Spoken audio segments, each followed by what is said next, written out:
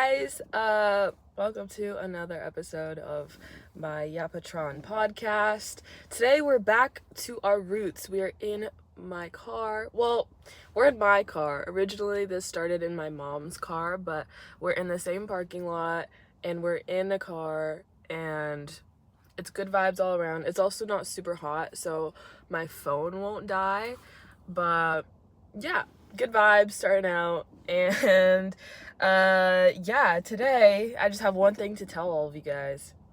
You gotta get over it. Just get over it. Point blank, period. I'm kidding. But the topic today is getting over it. That means that I have written a crap ton of notes, i.e. an essay. So if I sound like I'm reading off of a PowerPoint, I'm sorry. I'm trying not to, but I feel like the best way that I get a concept across from watching all of my previous videos are when I have notes. Shocker! And not when it's just like a train of thought word vomit. So yeah, and this is a topic that I really want to articulate correctly because it's been something that I've been thinking about, something that has been kind of a theme the past few months of my life. I have been going through the process of getting over something, and like a lot of things, but specifically there's this one situation that I found myself in up until now. In this couple of few weeks, I'm finally getting over that something. And it's caused me to reflect a lot on all of the past situations that I've been in where I've had to just get over it, you know? So I'm just gonna dive right into it. The concept of getting over something, it's difficult to talk about, and the process in itself is hard, and even the sentence itself, getting over it, or get over it, if you're talking to someone, it sounds very harsh. It sounds like a tough process, and it focuses a lot on the getting and not the over or the it. I've had to get over a lot of things in my life. It's a natural part of life, and everyone has to go through difficult situations, big or small. You know, people get over stuff in the day-to-day, and people have things that they have been getting over their entire lives. But it's still hard, and there's a lot of questions that I ask myself when I'm getting over something or someone that, I don't know, I just want to put it out into the universe, and I hope that this little chat brings at least one person clarity, or is somewhat relatable, because I feel like everyone goes through it, but no one really talks about it in a way that breaks it down and analyzes it, So yeah, before I start, there are just two things that I want to get out of the way. The first one is I'm going to paint a very literal picture in the visualization of getting over it. So I need you guys to not close your eyes. I had this thing in middle school where it was called mindfulness. And I know that mindfulness is like a way to express gratitude and ground yourself, but I didn't know what that was back then. And it was a little thing that we did in my 8th grade class where for 15 to 20 minutes, I forget which period, but my teacher would take all of us into the computer room, because all of the computers underneath the desk was sectioned off into kind of cubicles where the chairs were put in, and we'd get mats from the gym and lay them down in the cubicles, and he would play a mindfulness audio and have us all close our eyes, and it would take us through a situation like we're walking through a field and we go into a house and you see something on a table, and then it shows, it's supposed to reflect something about your personal life and your subconscious and what you're going through. Kind of deep stuff for a bunch of 8th graders. We really all just took naps. Like, we brought blankets. I remember I brought a blanket so that I could take a nap. I think that that's amazing. We should be introducing nap time in high school and middle school. But that was a side tangent. I'm gonna need y'all to go through a little mindfulness, that type of situation practice with me, because I want to paint the picture of getting over it in a very, very simple metaphor of climbing over a hill, or a mountain, because there are different levels of stuff that you have to get over. And this is an immovable hill. Well, no doubt, but it's like an immovable object of some sort that you cannot get around. And the most efficient, the best way for you to go get over this object is to go over top of it, to climb over top and get to the other side. Okay? And second, I wanted to touch on the concept of time in relation to getting over it. There's a saying that time heals all wounds, and this is very true to a certain extent, but I think that it is a little bit more nuanced than that. I believe that time can be used as a tool, and I think it's a good thing that memory changes and it fades with time, because it does soften the blow of the situation. And if people were to cling on to that intense emotion that they feel when they're immediately in a situation, there literally just won't be any space left in the body for anything else, and people would just constantly be so stressed out, and there would be no moving on. In that same breath, I do believe that if you don't allow yourself to reflect and properly acknowledge stuff when the time is right, then it becomes kind of like a blanket, and those feelings, they dull, but you never really get over them, you know? Feelings and memory are so interconnected, and this is very obvious, but I feel like people don't put a lot of thought into it, where your feelings and memories are so interconnected that even the thought of something can trigger a feeling. It can trigger a physical response in the body. And you guys might be like, well, no duh, Amanda, that happens every single day. But like, just think about it. That's so crazy. The thoughts that you have, and you have control over your thoughts, and the thoughts that you have such an effect on you, and those effects can be so powerful that people should take care of their memories, and you shouldn't just sweep them under the rug, you know? You shouldn't sweep your memories under the rug if you can, or if you're choosing to do that, because obviously there are, you know, traumatic responses and stuff like that. I'm not talking about that, obviously. I'm sorry if I'm rambling and not making any sense, but whatever. Going back to that mountain analogy, I feel like with time, and if you choose not to get over something in a healthy way and just choose to kind of forget about it and let it fade and not acknowledge it and go through that process, it would be as if you were trying to go around the mountain instead of going over it. And when you go around it, it's a tumultuous path. It'll take you so much longer. You're still moving in a way that you perceive is forward, but, and you know, you might even forget that there's a mountain there in the first place, but it's still there. The mountain is still there, and it makes it harder to get to the other side. Yeah, that's my point about time. And moving on to the actual getting over it. The first part of getting over something or someone is recognizing the quotations it. Recognizing that there is a mountain in the first place. And this it can be a lot of different things. It can have a varying degree of weight in your life, and it could be a career, it could be a relationship, a friendship, any sort of situation or a specific wrongdoing, really anything that causes kind of a blockage in your life. And for me personally, this relates to me most in my personal and social relationships.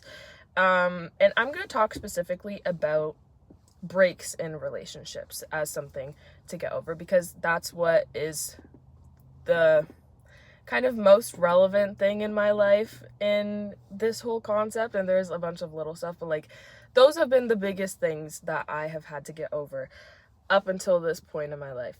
Yeah, and it's also how I feel I can convey what I'm trying to say best, but I feel like the general idea can be applicable to kind of anything. To first get over something, you have to realize what it is. And this is way harder than it sounds.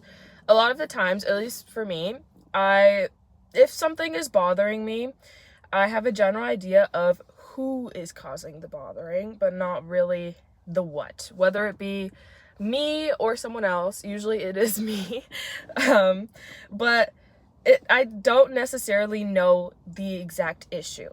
For example, in breakups, in like the romantic or platonic context, it's pretty easy to know who did the wrongdoing. You know, if you cheated on someone, you know that you're the one in the wrong, you're the one that caused that situation to happen.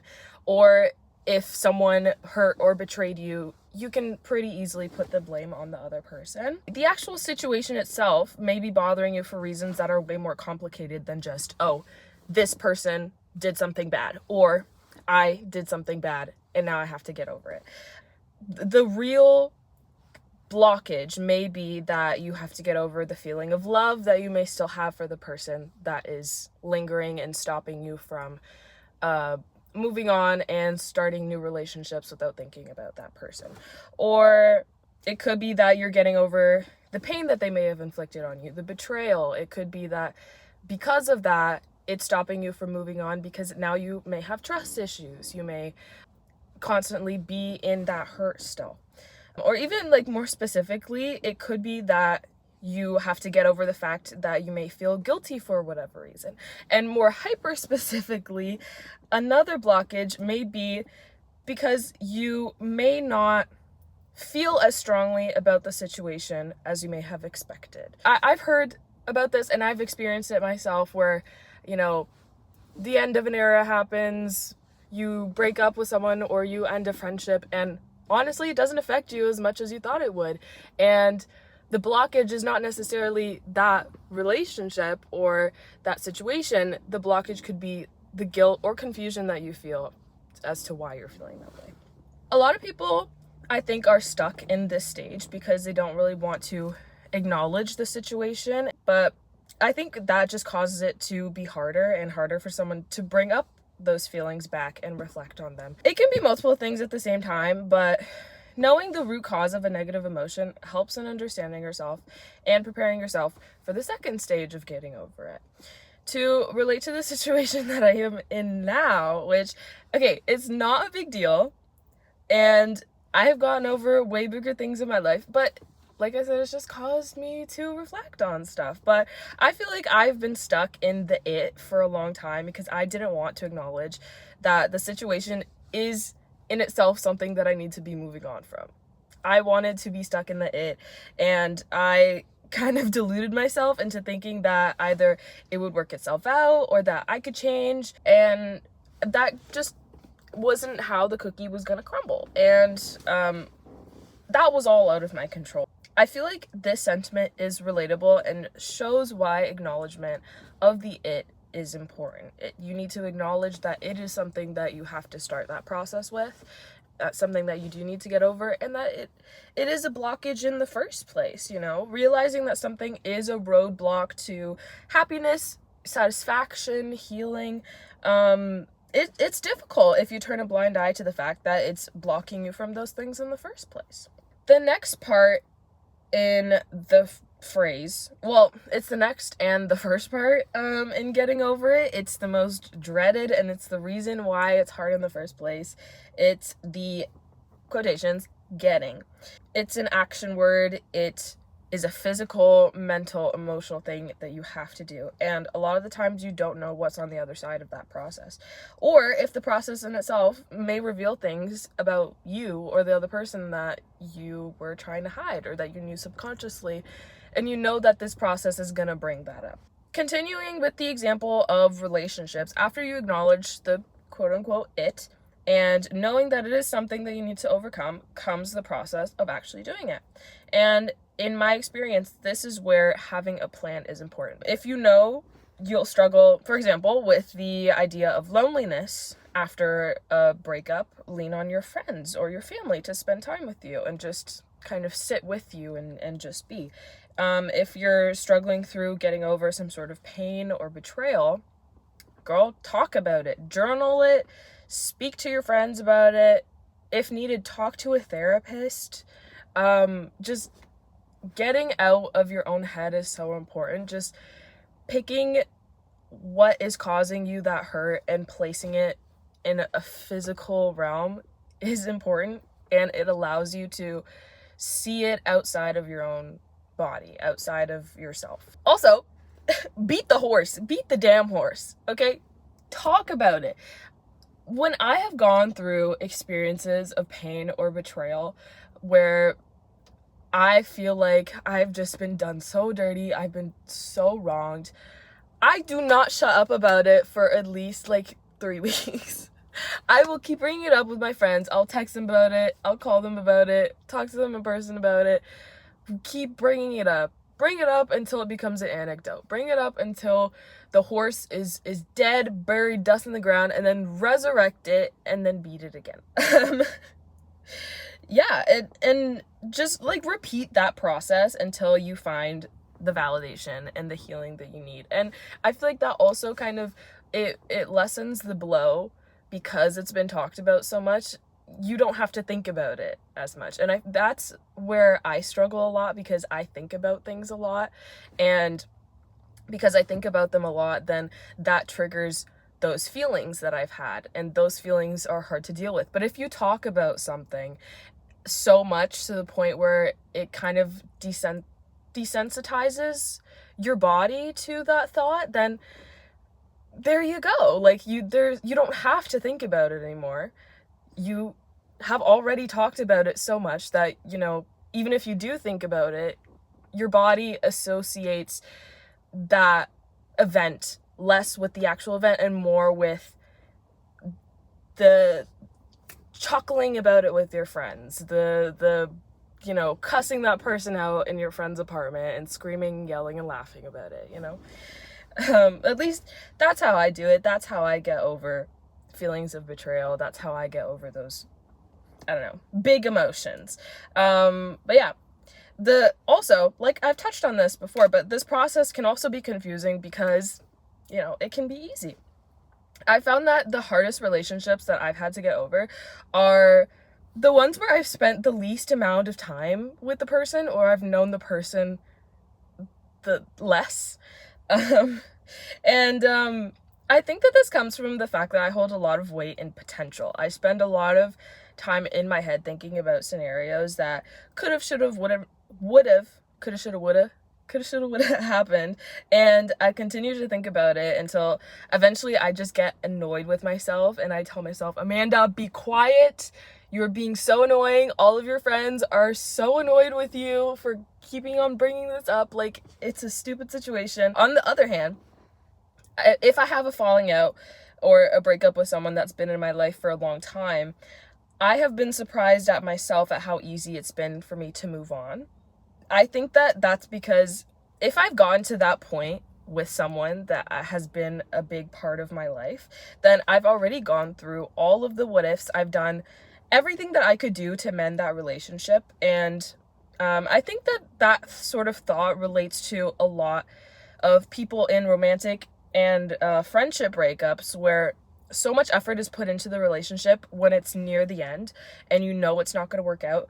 So you kind of go through that grieving process when you're still in the relationship. I've had a lot of women talk to me about this, about how immediately after a breakup they feel free. They feel like a weight has been lifted off their shoulders because they knew that they did everything they had to do, and they knew that there was no coming back from it, and it's not a surprise for them. They go through the grieving of that relationship and the grieving of the potential of that relationship while they're still in it. And is this a healthy thing? I don't know. I can't tell you, but I know that it works and it happens, even if it's not a conscious action. But yeah, I think that also happens to a lot of people that think about the future. And yeah, I don't know. I haven't really talked to that many of my male friends, and I also, you know, only really have a couple of male friends that have gone through major breakups or breakups at all. So I would like to hear the male perspective if this is something that happens to them. But from my experience, I feel like from the male perspective, it's more so like it usually comes as a shock, and they go through that grieving process after, once they've realized that this person is not in their lives anymore. And they go through that grieving process afterwards because they may have not given it their all. They may have not put in the work while in the relationship to fix it. And they realize what they could have done. And there is more left to give, you know, and that may be why those feelings emerge afterwards and not while in the relationship. But I could also just be very off base. Like I've said, I haven't had as many deep conversations about that topic with my male friends that I have with my girlfriends. And lastly, guys, I'm talking about the over. The done. I think that the over is overlooked, but it seems very small, and it contrasts a lot with the quotes getting and the it, and I think that makes sense. It's in the middle of the sentence. People tend to remember the first and last words of phrases in a sentence, but not really the middle. The over seems to also be forgotten when the process starts, but it encompasses forgetting and leaving behind the mountain after climbing it. And I think that being over from something is scary in itself, and it may be a reason why people tend to get stuck in the it, or maybe even the getting. Humans, we have a hard time conceptualizing loss. I think that has to do with change, but also the like definite of it. The you know, it's something that is forever going to be changed. Something that is forever going to be not there anymore. And you know, I could be wrong. You know, situations happen time and again. People go back to old things, but usually when you think about it, when you think about over, it's done. It's not coming back. You're not going back to the mountain. You're not going to try to go to where you were before. And that can be scary. People, a lot of the times, would rather sit in hurt because they may think that it can keep the memory of something or someone alive more vividly or more powerfully, or even more profoundly. And then maybe if it became less of an all-consuming sort of situation in their lives. And people definitely do connect suffrage with nobility, and use pity from self-pity and pity from others as kind of a social currency, I guess. It's a way to self-soothe. I think it's a way to soothe wounds but still keep them fresh. Does that make sense? Yeah, I don't know. I'm not trying to call anyone out. I'm talking more about myself, in that there was a situation I was in where I was really wronged, and it seemed like this person didn't care, and they didn't face any kind of social repercussions for how they treated me, and I was very young, and this is a immature perspective, and I don't agree with this perspective now, but I held on to that betrayal for a very long time, and a very long time compared to how long I was in the previous situation for. Okay, I'm just gonna say it. It was a breakup, okay? I held on to that hurt for a way longer time than how long I was in that relationship for. And a lot of those feelings came from a sense of insecurity and also abandonment from other relationships as a result of that falling out. And I didn't realize, but I realize now, because I'm over it, that my pride was really wounded, and I didn't allow myself to move on because, you know, I thought if I moved on, then what? You know, this person would just get away with it. They wouldn't see the hurt that they caused me. They wouldn't feel guilt. Like, I wanted that person to see the effect that they had on me, because I felt like there was no other person was calling them out. No other person was giving me that sense of justice. But then again, I that was all assumptions on my part. You know, I realize now that those thoughts were wrong, and I was wrong to assume. In a relationship and in a breakup, it's easy to assume how the other person is doing, and it's easy to think that they're doing better than you, especially if you're in a situation where that person wronged you. I think the first thought is like, because I feel so much hurt and pain, that the other person isn't suffering as much as me and they deserve to suffer as much as me. But you don't know that person's emotions. You don't know how the people in that person's life is reacting to that. You don't know if they're being held accountable or not. Making those comparisons doesn't heal that. It just adds to it. And that in itself can also be a blockage, and also something that, I had to work through.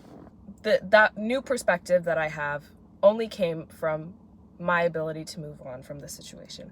And, how did I do that? I didn't shut up about this person for a really long time. I beat the horse, like I told you guys to do. And I did a lot of self-reflection, and I realized afterwards that staying stuck in that hurt wasn't going to give me justice. And I really don't like being pitied by others. I don't like it. And it was just taking up too much emotional, mental, and physical space in my body. And, this is different for different people, but the gist of what I'm trying to say is, moving on can be scary. It can be a crappy situation, and, you can stop yourself from moving on because it may be scary to know what's on the other side, and you don't know if what's on the other side is going to necessarily be better. But I think that no matter what, it'll be at least a space for you to grow. Allow goodness to enter. The over, it could mean that you're happier, it could mean that you're back to how you were before, but it clears the space that you are in. And it could just be that you're neutral and you don't let it bother you anymore. I think that's also a way that people move on and how it's presented. But usually it is a place that is equal or better than at the foot of the mountain that you were in the beginning. And it allows you to be more equipped to handle future situations. And I think that that's also why people say that your first love is the most intense and the most powerful. I don't necessarily think that it's because it is any deeper or any greater than any future love you may have, because a lot of time people don't marry their first love. That's not their life partner. But I think it's because it is associated with that first instance of getting over it, and you don't have those tools in your arsenal to climb that mountain. But once you do, you realize that life is so much better. It's so much clearer, and it opens you up to more good things in your life. Also, I just want to say that, I'm only 19 years old. I haven't gone through any major loss in terms of death, any major trauma that presents itself in the form of a mental illness that is debilitating or anything like that. And I, don't have the tools in my arsenal to speak about those topics. And I would love to know people's perspectives on it. And if what I say is only about my worldview. It's only about what I've been through, my own experiences, and I hope that people can pick what resonates with them. But I don't know. I just also want to create space for those kinds of quote unquote getting over it. But there are a lot of things that you don't necessarily get over. There's a lot of things that follow you and shape you throughout your life, and that's just how life is. And just because you do get over something, it doesn't mean that it's not a part of you anymore. In the analogy of the hills and the mountains and stuff that you have to get over, I see it as a sort of aerial view of your life. It's a life path that you're going on, and when you look back, you'll see all of the hills and valleys that have gotten you to where you are in this moment, but it's also a continuous thing. Those things are still a part of your life path, but they don't stop you from keeping on going. They don't stop you from finding new places, finding new views and beautiful things in your life anymore. And that's kind of the whole point of getting over it, I think. I really hope that I was able to properly articulate myself and get the point I was trying to make across. And if you guys like more of these well-rounded, I hope, thoughts, let me know. And yeah, anyway guys, I hope y'all can get over it, and I hope I can get over it too. I will see y'all eventually. Thanks for hanging out with me. Bye!